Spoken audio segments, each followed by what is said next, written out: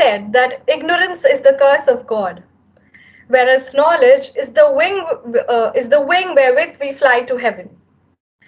With this quote in mind, let us take this wonderful opportunity to elevate our minds with the knowledge which would help us to build a better tomorrow. Today's webinar is on artificial intelligence in healthcare, and our guest speaker for the day is Dr. Shibashish Dasgupta. Dr. Dasgupta is currently the Associate Director of Quantitative Data Science at Pfizer. He is also an adjunct professor in statistics and data science at CMI. An alumnus of our college, Dr. Dasgupta obtained his PhD in statistics and machine learning from the University of Florida. He was a postdoctoral fellow at the Fred Hutchinson Cancer Research Center, Washington. With a career in statistics and data science spanning close to 2 decades, Sir has a vast experience in research, teaching, and industry. He was a visiting scientist at ISRU, ISI Kolkata, and held esteemed positions in several companies of repute like the Tata Research Development and Design Center and Ford Motor. We are extremely honored to have him amongst us today. It is over to you, sir. Yeah. Can you hear me? Yes, we can hear you. Okay. শিবাশিসকে এবার presenter করতে হবে।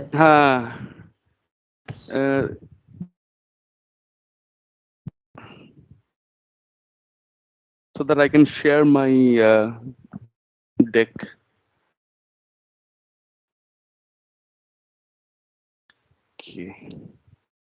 Okay, I think I can share. Thanks a lot for inviting me. It's a great pleasure to come back.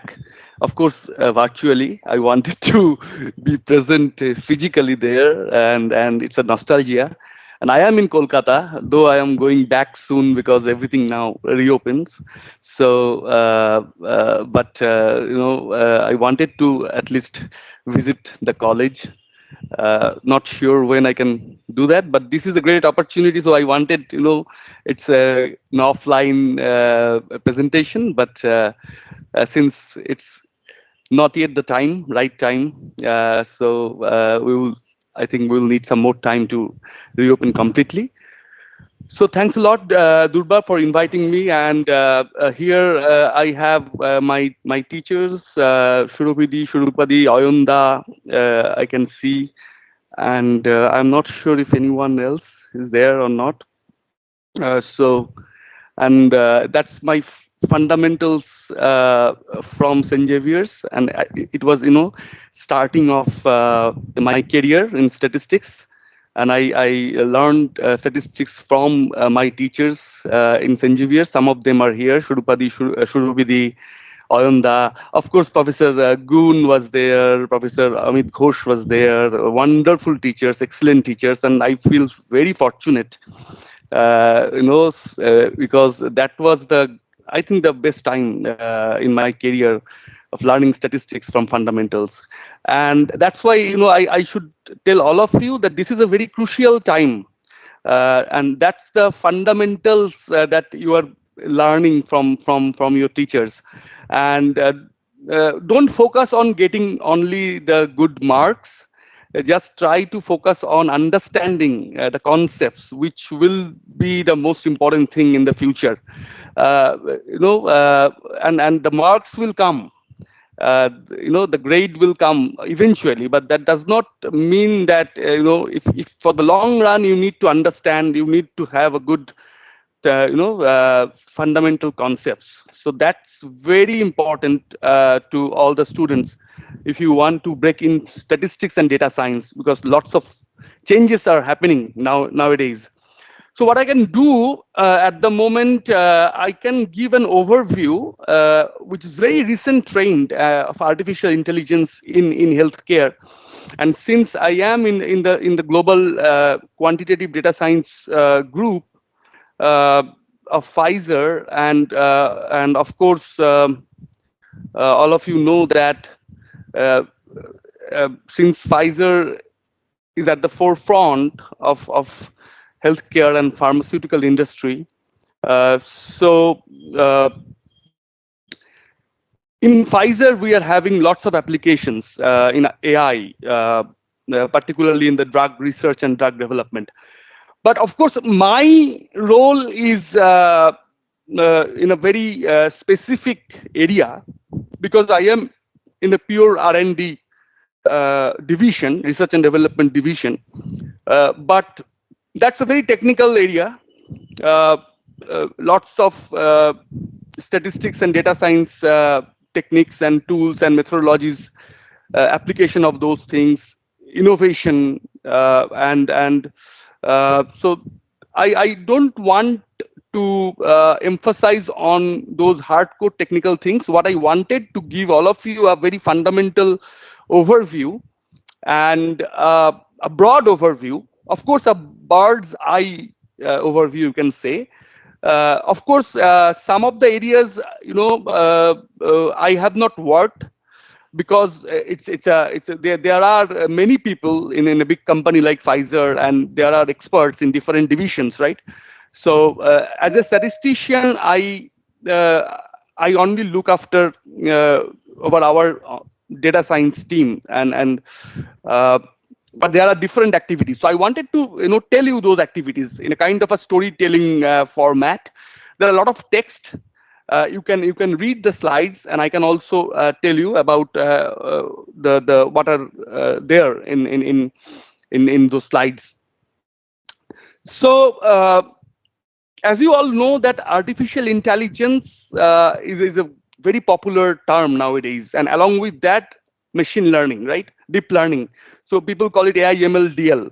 So first of all, I need to show this. This is a disclaimer that this presentation is based on publicly available information and my own knowledge and experience, including data relating to non-Pfizer products or approaches. The views presented here are the views of mine, the presenter, not necessarily those of Pfizer. These slides are intended for educational purposes only and for the personal use of the audience. These slides are not intended for wider distribution outside the intended purpose without presenter approval. And the content of this slide deck is accurate to the best of the presenter's knowledge at the time of production. So just a disclaimer, because of course, I am associated with Pfizer and CMI, but this is a presentation that's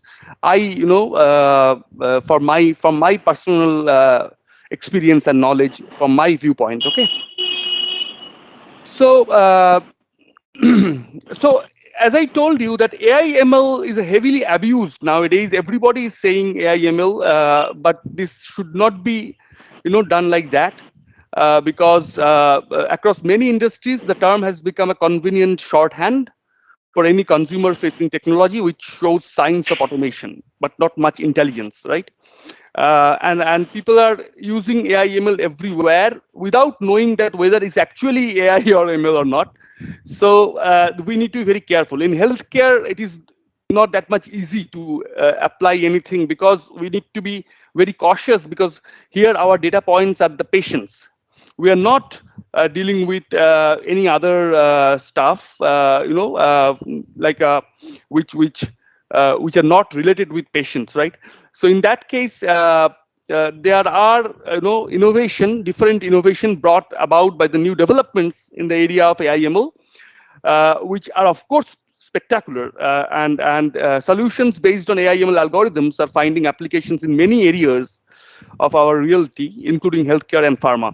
I would say, in various industries, AI ML has been very popular because mainly they have, they are not dealing with patients, right? So in that case, you have that freedom. Like when I was in automobile industry, it was for making an autonomous car.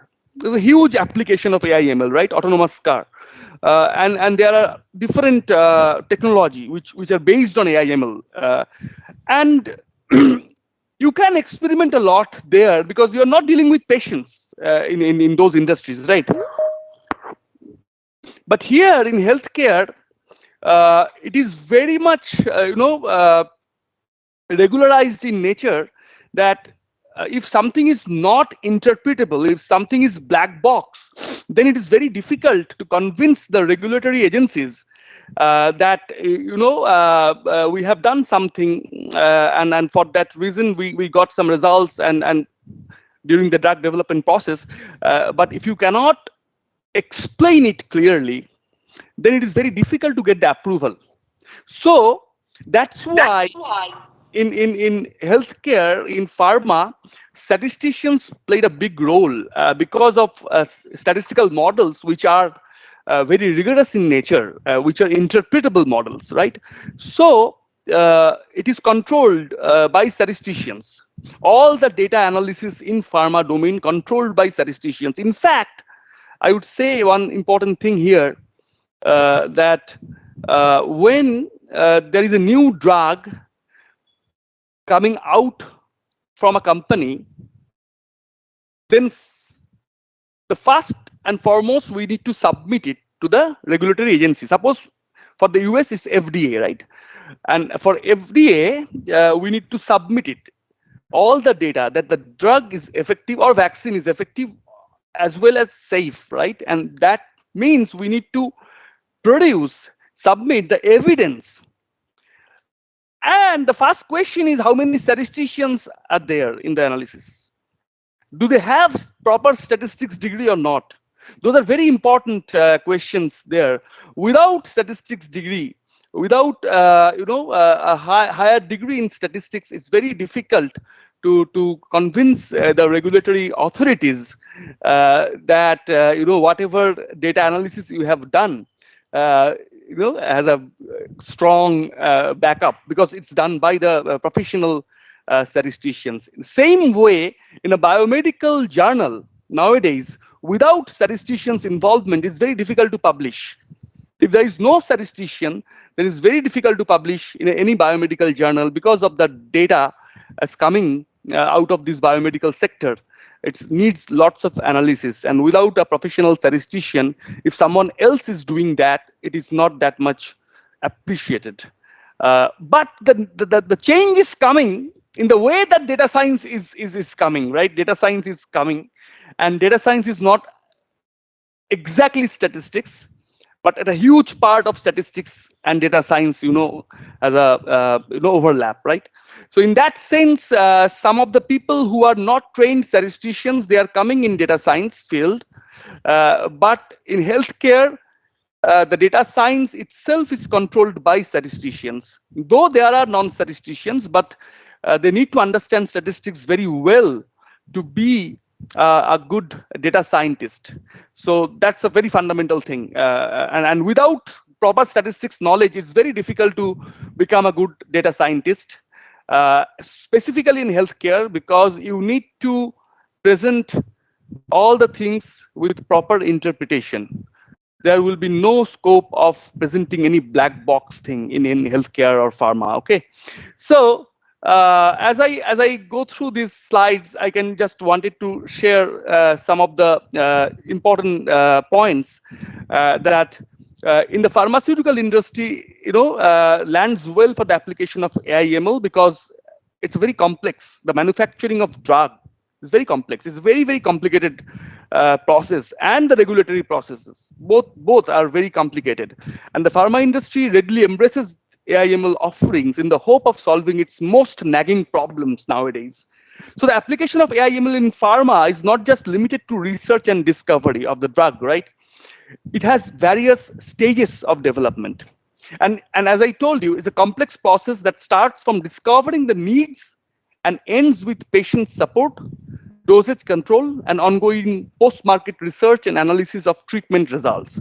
So if you look at the stages of the drug development process, it starts with the research and discovery, and then clinical development, then the manufacturing and supply chain, and then the launch and commercial of the drug or vaccine, and after that post-market surveillance and patient support. And for each of the stages, AI/ML is coming nowadays, and lots of huge applications.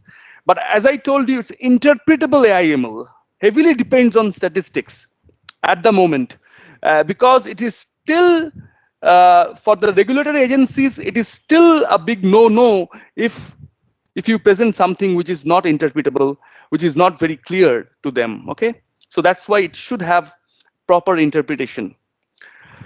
So usually, if I can say that drug discovery and drug development are the core areas of operation of the pharma industry, the most promising results of using AIML are achieved in the following areas. Number one, the cancer drug targets, identifying those cancer drug targets, and the huge grant or huge funding involved for cancer research, for AIDS research, for infectious disease research, not only in big companies but also in academia, in a very top universities and institutes in the US. They have huge grant. Because I did my postdoctoral research in Fred Hutchinson Cancer Research Center, which is one of the very top cancer research institute in the world. They have multiple Nobel laureates there, and lots of statisticians or biostatisticians working in cancer research. So there's a huge grant. So federal government grant, private agency, industrial grant. And the same thing is also happening in industry, because industry usually they have, they put lots of money in cancer research. And there's a next generation sequencing. That's a new area of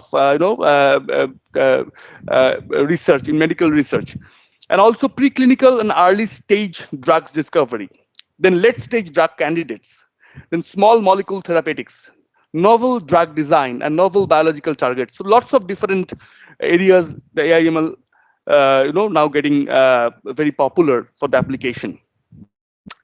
And as I told you, it's a huge money involved, because the drug research is very risky, because you don't know whether you can get the success or not.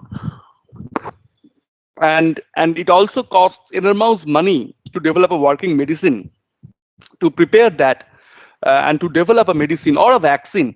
It's a huge process, a complicated, complex process, and lots of money involved in it. And the main idea of AI is nowadays that AI is the answer to how to develop a new drugs cost effectively. So how to reduce the cost, because even if you spend lots of money, there are many candidate therapies. You never know which candidate therapy is going to work, which are not. So there lots of candidate therapies or candidate medicine or candidate vaccine, they fail. Ultimately, they fail along the way and get stuck somewhere in the clinical trials or regulatory approval. So AI can help in that case. AI can identify that, or AI can predict in advance, right? AI can optimize the process of the new drug development. So AI solves many of today's big pharma problems, offering quicker, cheaper, and more effective drug discovery. So if you look at the drug development process here, already I mentioned that. Of course, the first stage is discovery and development. The second is preclinical research, and the third stage is clinical development. The fourth is FDA review, as I told you, that ultimately, if in the US and in India there is another regulatory agencies. Every country they have different regulatory agencies, and they need to review for any new drug, for any new therapy, for any new vaccine, whatever. The governmental agency, they have to review that, and in that process there is a huge communication between the governmental experts, agency people, and the company representatives, including the statisticians, to get the evidence that the drug or the therapy or the vaccine is safe and effective, right? And after that, they will approve. Otherwise, they don't approve it.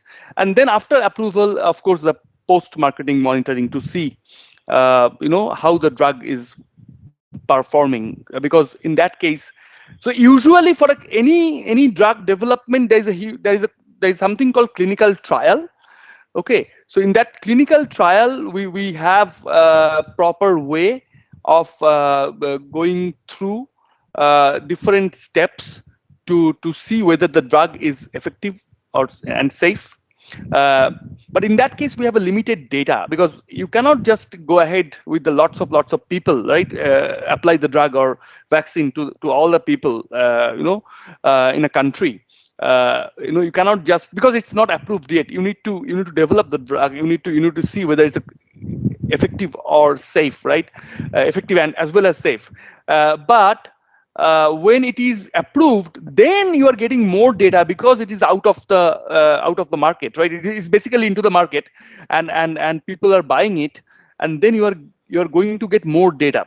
So clinical trial, you have that clinical trial or any clinical studies data that is different. That is one particular area where there is lots of applications of statistics and AI ML. And nowadays it's called the real world evidence or real world data. So it's basically when the data, when the drug or vaccine or the therapy is approved by the regulatory agency, and then in the country or in different countries, people are using it, people are buying it, people are taking it, and that the huge amount of data is got generated, right? And we are getting lots of data now for to see how the medicine is working or not, what are the different side effects, what are the different impacts, right? And that's called real world data or real world evidence, and there's a huge research also in that area. So not only just clinical trial, but also the real world data or real world evidence is hugely popular research area nowadays, where statistics and machine learning applications are there. Okay. So as I already told you, that processing huge amount of biomedical and clinical data, that's a huge task, and AI, where AI shines and makes a difference, right? Researchers in the pharma industry can save vast amounts of time they would otherwise need to spend examining the enormous amounts of data. Example, like research publications to validate or discard hypotheses. There are lots of research publications every day. We are getting lots of research in for different areas, right? And we need to keep ourselves updated about what is going on, and for that also it is very difficult to keep track. So AI can be very efficient in that case to identify that which research publication is important, to validate or discard any hypothesis. So aggregating insights on drug dosing correlated reactions, that's also very important thing, because when patients take a drug and what other medication they take and what reactions they experience, that can be collected and interpreted with data science, right? So and different types of data, not only just quantitative data. That's a very interesting thing now. Not only just quantitative data, there is a visual data, there is image data, qualitative data, like text data, right? So different types of data, and for different types of data, to analyze those different types of data, different methodology, different algorithms are coming out, right? So the machine learning can also tap into the vast trove of anonymized information from millions of healthcare providers worldwide. So nowadays, it is not that we can get only data from one source. Now we are pulling data from different sources. It's a pooled data analysis, so that we can have more information, we can have more data. And in that case, we can analyze and identify important patterns in possible side effects, symptoms, and health improvements, right?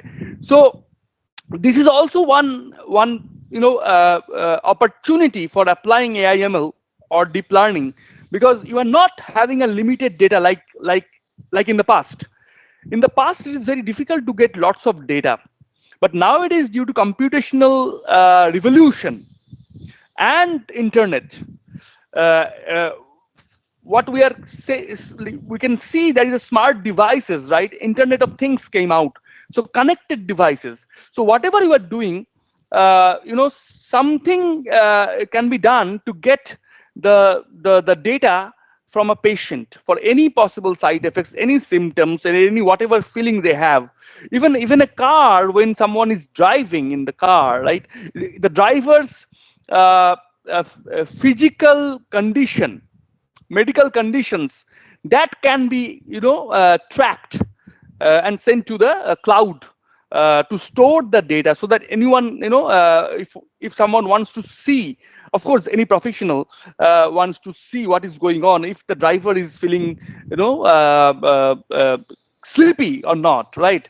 Or if so, so this is kind of an intersection between an automobile and health care, right? So in that sense, that okay, whether the driver is drunk or not, whether he or she is feeling well while driving or not, whether, so all those things can be tracked, and then there is a system where the car itself is going to give you the signal to the driver, not only to the driver, also to the healthcare provider, right? To take immediate action if something is very, very serious, right? If there is a high chance of accident. So all those things are there, right? So if you look at different areas of biomedical and clinical data, there are lots of aspects. There is something called personalized medicine and rare diseases. So when you have lots of text data, which we call as non-annotated data, because the medical documents, doctor's prescription, which is very hard to read sometime, right? For any normal individual, it is very difficult for me to read my parents' doctor's prescription. Right, I need to multiple times ask the doctor, and sometimes I need to write, rewrite on my own. It is very difficult to, for any medical documents, for any medical, whatever the description is, the NLP and also the voice recognition. If someone is saying something, that can be recorded, and to the voice recognition, to the natural language processing, we can analyze the non-annotated data. So quantitative data only is not the problem anymore, because we can have different types of data, and we have those technologies to identify those types of data, to analyze those types of data, and to get the important insights, right? So this AI system like IBM Watson for oncology can help doctors detect cancer and predict health issues based on genetics. So in that case, it's a personalized medicine, because for a particular genetic structure, Watson recommends a personalized treatment plan for a particular patient. So in that case, there is a huge application of AI, because it also offers tremendous support in developing personalized drug treatments based on individuals' test results, genetics, allergies, and historical data on the patient's reactions to previous treatments. Right? So personalized medicine is a huge important thing nowadays, because nowadays it's a general medical therapy is not working that well, right? Because different people has different types of genes and different types of side effects and allergies. So in that case, we need to identify any special treatment for that particular patient, right? And there is another area, it's called identifying clinical trial candidates. It's very difficult, actually. There are lots of candidates for clinical trial, but then this high cost can be substantially reduced by improving clinical studies success rate and decreasing the pharma R&D burden. Because AI could mitigate the current trend of many drugs not reaching the market despite increasing pharma R&D investment. So AI can identify that which clinical trial candidates can have a high success probability, right? So for example, a drug trial can be optimized using AI by better identifying candidates and streamlined monitoring and coaching of those patients during the trials. And in that respect, there is a sample size calculation, which is a huge important thing. And most of the statisticians, they are involved in, for any clinical trial, what will be the optimal sample size. But in that case also, AI makes it possible to apply advanced predictive analytics to analyze patients' genetic information and help researchers to identify the appropriate patient group for a trial. So that can help determine the optimal sample size. And also, as I told you, the speech recognition or free-form writing recognition can significantly decrease the processing time of doctors' notes and intake documents. The other things are predicting treatment results, right? Treating cancer, of course, is a complex task involving different radiation and medication therapies on top of surgical interventions. But to increase the success rates of cancer treatment therapies, results must be accurately predicted.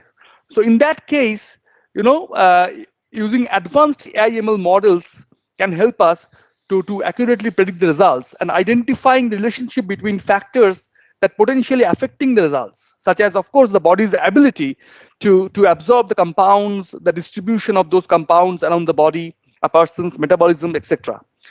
Nowadays, there is a combination drug treatment, right? So the medication must often be combined. Different medications must often be combined to improve the treatment's effectiveness and reduce the side effects to treat cancer effectively. Now, there will be different types of, combination of drugs. But which is the best drug combination to kill cancer cells with specific genetic or functional makeup selectively? That AI/ML model can help us to identify the best drug combination.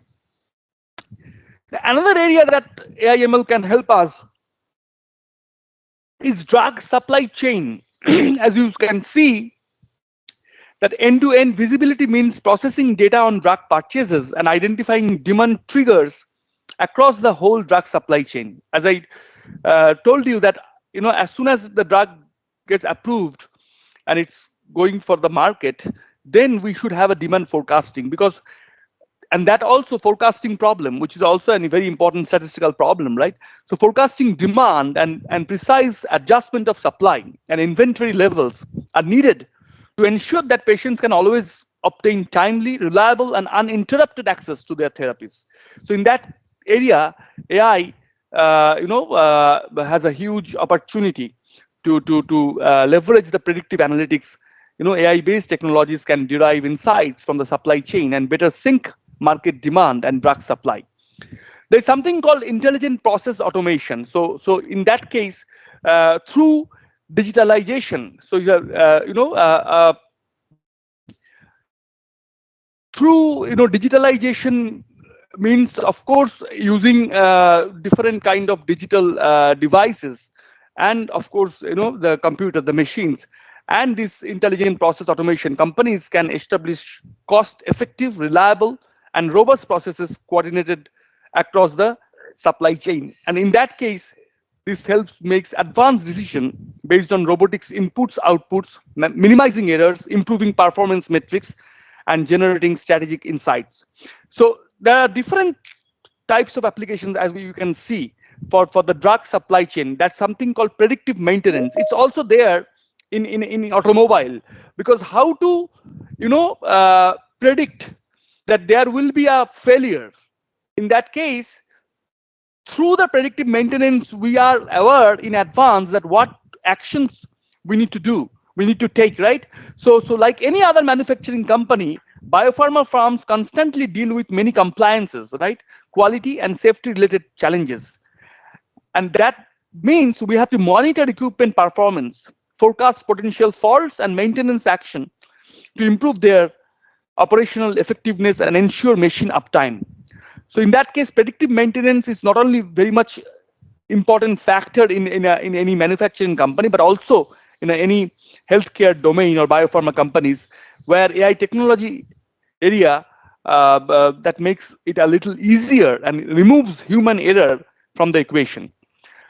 And there is also something called protecting the supply chain, because there are sometimes there is a substandard drugs, right, or counterfeit. Something happens where for the human error can creeps in, where AI technologies can predict that and can protect the supply chain management. And with this improved security, transparency, and traceability, they can protect their supply chain integrity and improve trust in the products. So what I am saying, the different areas of application is AI/ML. One of the most important thing in pharma is pharmacovigilance. Why it is very important, very crucial, very serious? Because this pharmacovigilance, this is the science and activities behind drug safety monitoring. Because whether a drug is safe or not, whether there are side effects or not, those we need to monitor, right? Detecting, assessing, understanding, and preventing any adverse effects of drugs or other possible drug-related problems. That area is called pharmacovigilance. And for that, collecting massive amounts of data easily can be done from using AI/ML. And in that case, of course, nowadays there are inclusion of different, not only just our usual drugs, but also there are different traditional and complementary medicines or medical devices. We can include all those things here. Incident classification. If there is any adverse impact of the drug, any serious side effects, so in that case we can classify, right? The sole amount of the data points to observe and make conclusions from makes it's a great place to apply deep learning algorithms, because you have huge data. So from where you can apply your deep learning algorithm and use AI for advanced analytics. And this area is a classification and prediction problem, right? You can classify which incidents are adverse incidents, right, and which are not. And that is a, of course, an important area in statistics and machine learning. I would say the classification and prediction is the most common area where statistics and machine learning can overlap, right? uh, and also through the data you can identify the, discovering the unexpected effect, and at that, in that way, applying the NLP, because there are different white papers, articles, literature, or electronic medical records, right, to analyze those and to detect unexpected effects of a new medicine or vaccine or therapeutic product. So they are also, and recently, uh, uh, there are some job openings and in Pfizer, where we are looking forward to hire people who knows natural language processing, because we are having those huge data, text data, documentation, and not only just our text data or our documents, companies documents, but there are lots of documents in open source, right? And also there is a website, different websites where we can have lots of text information. One is, of course, the US clinical trial government website, where you can have lots of medical information, right? How to analyze those to get insights, to get, more information, extract more information. NLP, without NLP, it's very difficult. You cannot do that. So natural language processing, which is a part of AI, that is very helpful. And nowadays, at the moment, we are looking for interns. One internship that is on natural language processing, and one open position about, data scientist, one data scientist that also emphasize that NLP, how to use NLP to this data. So and this is very, very unique in nature, and this is a global position. So usually it's not that something is just new in India, which is already existing in the US. It is not the case here, because it's a so new area globally that we are fortunate that in India we are having this job creation, this type of job creation, along with different other countries. And in Pfizer, it is a great opportunity that the first data scientist role in Pfizer, the typical quote unquote the data scientist role, first it was opened, it created in India, rather than in any other country, including US. Later on, of course, there are other openings related to data scientists. So there are lots of job creation coming in India at the moment, where people are expected to do cutting edge research in healthcare. So that's an exciting time nowadays, and that's why this data science field is getting hugely popular. And Sanjay, we are starting this data science department, right? There is other thing called drug adherence and dosage, and you all know that many people, they don't want to take drug, right, regularly, and it is estimated that up to 60% of patients don't adhere to medical advice in the US, and there's a huge loss of the money. And in that case, AI technology can be of great help, because we can have different Internet of Things devices, digital devices, and centralized data collection. We can have wearable devices, we can have smart devices, right? Like ingestible sensors with RFID tags that can transmit a unique signal to a relay device, and once the pill is swallowed, that sends a signal to a cloud-based server that, okay, the patient is taking the medicine. There is a smart pill dispensers and bottles, right? And then point of care drug assays involve the use of smart bedside or in-clinic testing devices to assess drug adherence through testing urine or serum samples, right? Because I have seen many people in my family, and my known, circle, that they sometimes they don't want to take it, like they are not that much interested in continue the drug prescribed by the doctor. I'm not sure why. Some people are like that, and not only in the US but in India also. And some people just forget. And that I also do.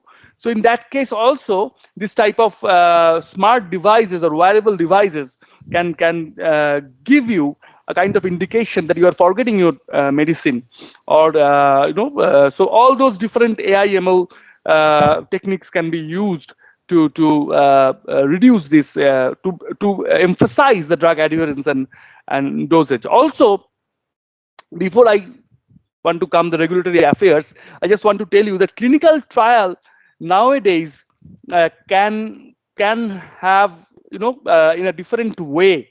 It's called virtual clinical trial. It's not that in a particular place, in a particular hospital, in a particular medical institute, there the clinical trials is happening in some particular place. It's not that. Nowadays, due to digital transformation and digitalization, we are having a virtual clinical trial. You can sit at your home in your comfort, and there are medical devices that can get the data uh, from you, and send it to the cloud server, so that we can have that clinical trial ongoing, not only in on-site, but also virtually. So virtual clinical trial is getting very popular, and specifically during this pandemic period, it is very difficult, right, to do physically clinical trial experimentation.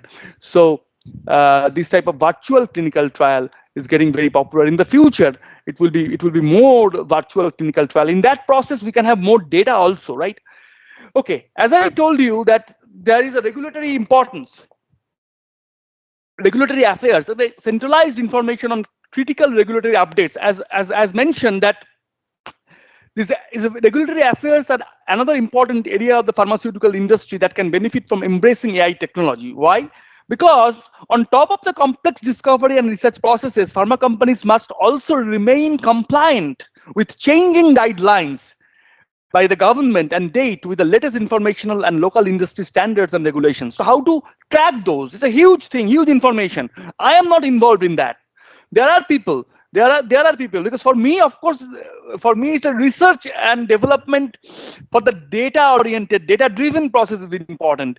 But for after that, there are different things going on in the regulatory agencies, right? Managing this vast knowledge and ensuring compliance would typically involve a regulatory team working alongside the pharmaceutical staff. But even the most diligent team cannot guarantee the drug will make it to market or not, right? So that's why here also AI/ML applications can help a lot. And as I told you, there are different regulatory agencies, right? Regulatory bodies, FDA for US, EMA for Europe, DCGI for India, TGA, Health Canada, different countries, they have different regulatory bodies, right?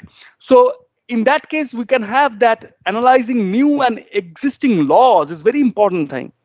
Pharmaceutical companies need precise interpretation, application, and communication within and outside the company to ensure the drug approval. And for that, we have different points, right? Preparing drugs for regulatory submission and managing the approval process with regulatory agencies. Negotiation to ensure authorization of drugs. The different steps are there, where basically for each of those steps involves lots of data, right? Where AI/ML can be helpful. And then ensuring compliance with marketing and legal technical documentation. That's also a very important thing, because once the drug is in production, the AI platform can provide ongoing support, ensuring compliance with marketing, legal, and technical documentation. So with artificial intelligence, it is possible to provide pharmaceutical regulatory affairs professionals with alerts regarding the latest global, federal, and state legislation. There are different types of rules and regulations that need to be tracked, right? And to get that, we have a dashboard which is based on AI/ML, right? The regulatory team can assess the medications in the market and create well-informed strategies. And as I already mentioned, the interesting AI/ML applications and what we have worked with, in the area of, text or unstructured data is called named entity recognition. So named entities are terms that refer to names, organizations, locations, values, etc.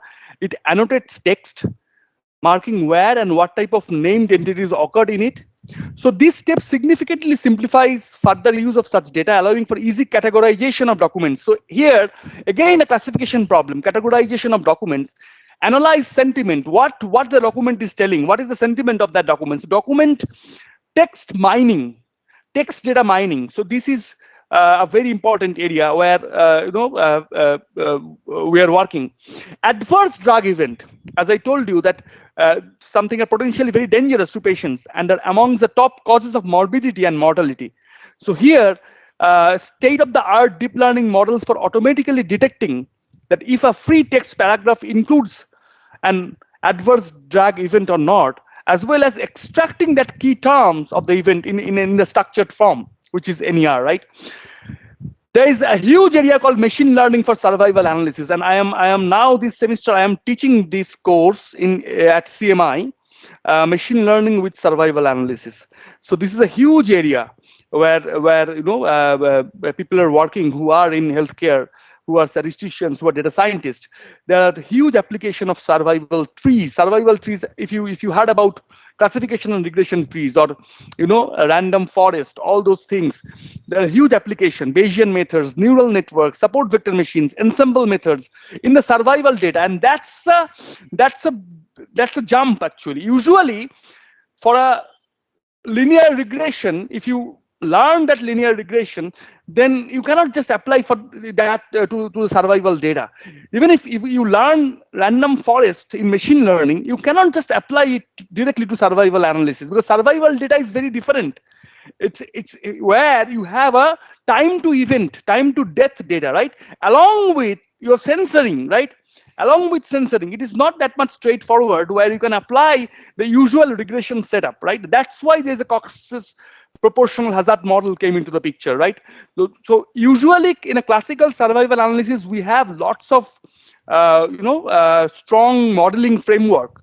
But at the same time, now machine learning applications, machine learning models and algorithms, new researchers, they are developing machine learning algorithms, deep learning algorithms, which are applicable to survival analysis. And that's a huge, I would say, a very open area for research and huge application in the industry as well as academia, right? And that's why I started this course from this semester, which we basically what I wanted for the students, especially for undergrad students, survival analysis knowledge is important if you want to go ahead with this type of work or activities in the future. So in the undergrad studies, at least like in a bachelor's level, a significant knowledge of survival analysis is very helpful and very important. I would like to close the talk because already it's almost 1 hour, but I will take some more time. I would want to show that how Pfizer is taking those actions in towards the AI/ML revolution in pharma, and Pfizer is at the forefront. In 2016, it announced a partnership with IBM to accelerate drug discovery in immuno-oncology. And then in 2018, MIT announced Pfizer as a member of its machine learning for pharmaceutical discovery and synthesis consortium. In 2018 itself, Pfizer announced a partnership with Chinese tech startup XtalPi for molecular stability of an organic compound and advanced their work in drug designing. In the same year, it built analytics platform to identify patients with rare diseases, which is also a very important area of research, rare diseases. And then in the same year, in 2018, Pfizer announced to evaluate Atomwise platform to identify potential drug candidates. Then in 2019, Pfizer announced that it had entered into a collaboration agreement with Cytoreason, a leader in machine learning for drug discovery and development. It joined with Concerto Health AI to use AI and real-world data that I already mentioned to you, real-world data in oncology. And then in 2018, Pfizer announced plans to launch a one-year pilot program with robotics company Catalia Health, maker of Mabu, which is a robot, home robot that coaches patients on health and prescription drugs, right? So that's a robot that coaches patients on health and prescription drugs, so that the clinical trial process will be much smooth. And maybe in future, who knows, that a robot can help us to remind about the medicines and to specific way, maybe in many movies or novels we have seen and we have read, right, this type of things that might be becoming true, right. And of course in 2020 we had a huge success of coming COVID vaccine, and at the moment it is totally approved by most of the countries, though unfortunately India, we don't have that, but in most of the countries we have this COVID vaccine, and which was very effective and safe. But through that COVID vaccine, what Pfizer did, I wanted to tell you that there's an AI-driven data reconciliation, because a huge amount of data for reconciliation, and which was done by traditional data management. There are lots of data managers who work in this area. There are three steps. One is, of course, the site investigators. They have across different sites the case report forms, electronic data capture, right? Which this use case can extend to other e-clinical systems like safety systems, non-CRF systems, medical coding, etc.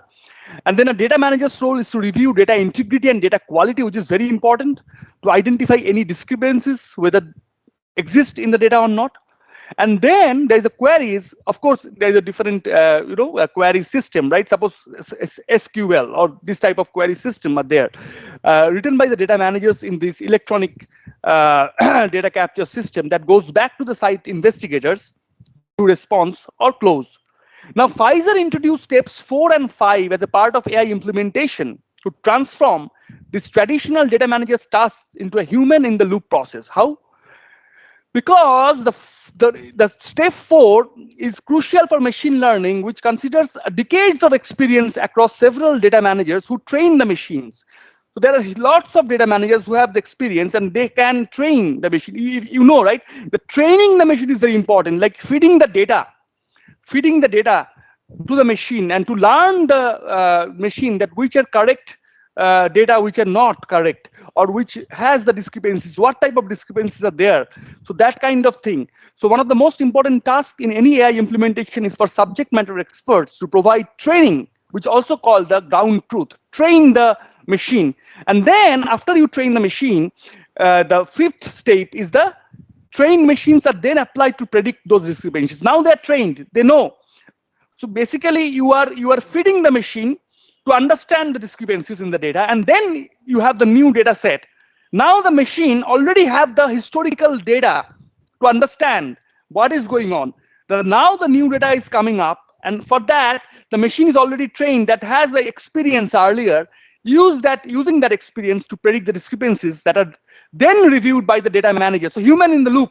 At the end of the day, after the machine predict the discrepancies, then the data managers also review that and approve or dispute predictions that can help AI machines learn through experience. Again, after a human in the loop process, that also improve the machine, artificial intelligence machines learn through the experience. And if you look at this smart data query, which is a huge revolution in Pfizer, for that, actually, the whole time, the COVID vaccine timing has been shortened because of these AI applications, right? And if you see that there's a high volume of data reconciliation, 105+ billion data point reconciliation performed in 4 months using this AI, this hyper acceleration for the COVID vaccine study. And there are a lot of people, a lot of colleagues in India who help in this project, right? And for that reason, there's a reduction in median calendar days from data capture to query generation from 25.4 days to only 1.7 days. More than 750,000 free text or phrases, sentences processed. As I told you, the text Data mining is a huge important thing, and huge number of free texts are there to detect any unique adverse event in the clinical trial, signs or symptoms to reconcile with medical history and other relevant clinical research, CRFs. Total time saved in reviewing data and automating of query text is estimated to be between 2,800 and 3,500 hours. So this is the objective here, to automate the query management using machine learning to predict discrepancies, reasons for those discrepancies, and then auto-generate query text with human in the loop method to manage machine predictions. And this actually, uh, gave us a competitive advantage and reduced the time to bring the COVID vaccine in the market. I would conclude the whole talk. As I already mentioned, that AI-based solutions in healthcare or pharma are gaining momentum, becoming the new competitive battleground for many manufacturers. The pharmaceutical industry needs digital transformation and new technologies to process vast amounts of health data efficiently, and it identifies significant relationship between them, effectively decreasing time to market in drug manufacturing, because it takes long time from the drug development to the time to the drug is after the approval, it is manufacturing and coming to the market. So to reduce that time, that there should be huge applications of AI/ML.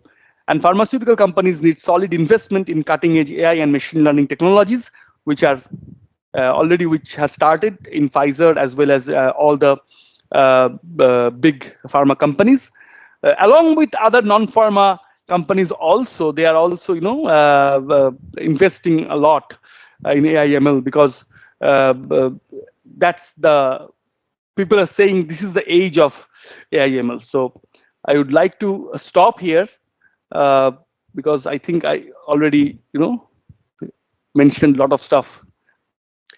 Thank you all.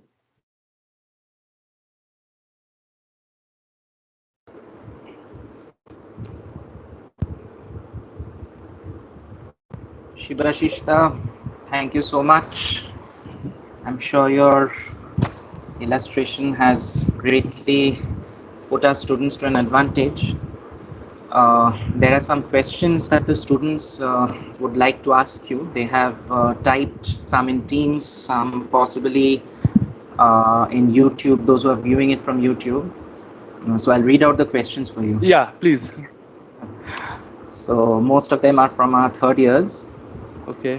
So Kaustav, he asks, sir, are these prediction models related to the regressions and fitting of models which we are learning at the UG level?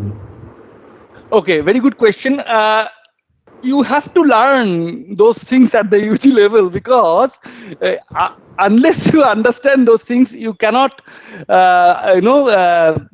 go ahead and understand the mechanism behind the advanced predictive analytics modeling, which are, which are based on, some of them, of course, from coming from statistical methodological part, but some of them are coming from computer science, engineering field also, right? So it's not exactly the same thing what you are learning now, but it's what I would say, it's a complicated version of what you are learning now. It's a more advanced version of what you are learning now. So that's why it's a very important thing to learn. Whatever you are learning now, it's a fundamental stuff.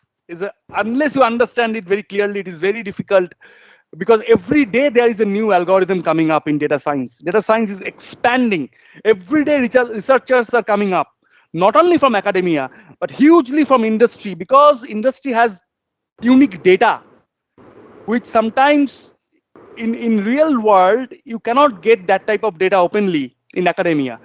Different companies have their own data, whether it's Google or Microsoft or Facebook or Apple or Pfizer or Novartis, different or banks, they have their unique data. And to analyze those data, there is a need of new algorithm, and there is an innovation for that, right? It's not that one algorithm or one methodology can be applied to each and every data, right?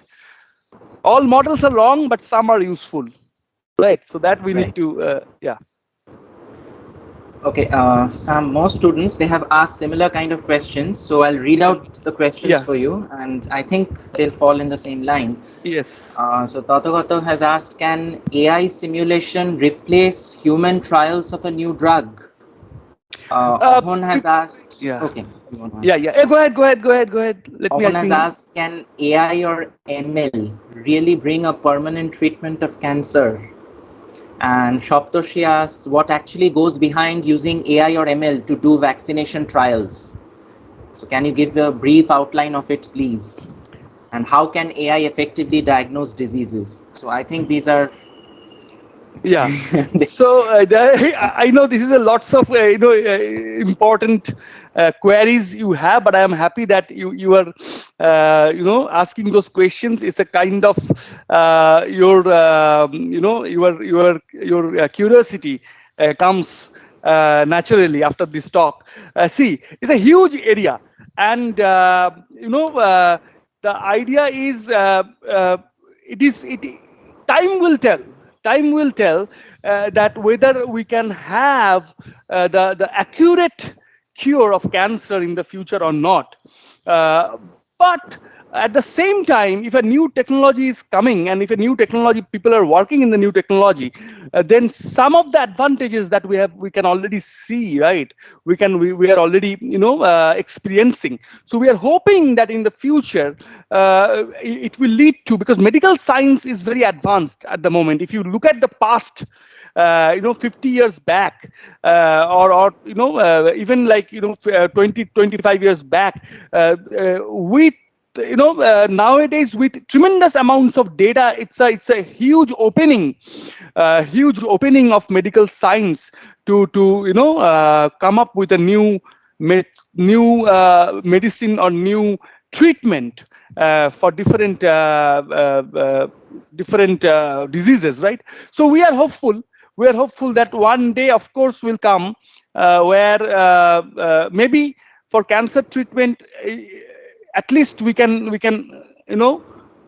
is happening. The patient can live a long life even if he or she has a cancer, right? That's because of the treatment, that's because of the drug, and for different perspective, for the personalized medicine that is coming out, it is our objective to reduce the suffering of the patient, and increase the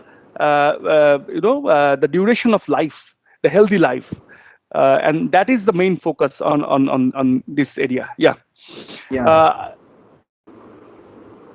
I can also it's a similar type of question, and I am not a doctor in that sense, that I am not a medical doctor, right? So it is basically I say to people I am a useless doctor because usually many people think that I am a medical doctor. So I have to say that no, this is I am a statistician. I don't have any knowledge in medicine, and I am not.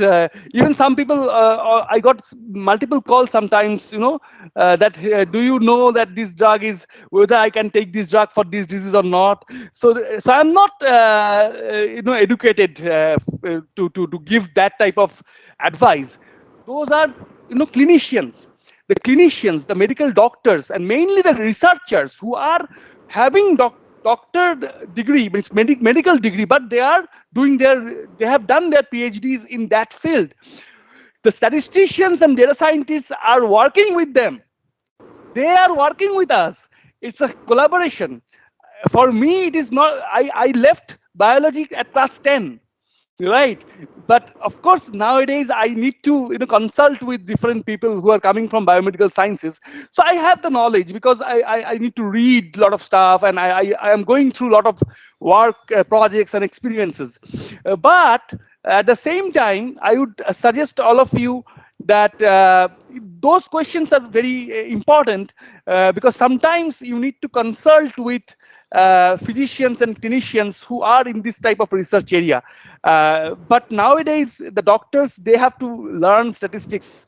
and that is the most important thing, that the hospitals, they are coming to us to teach statistics that are applying in clinical domain, right?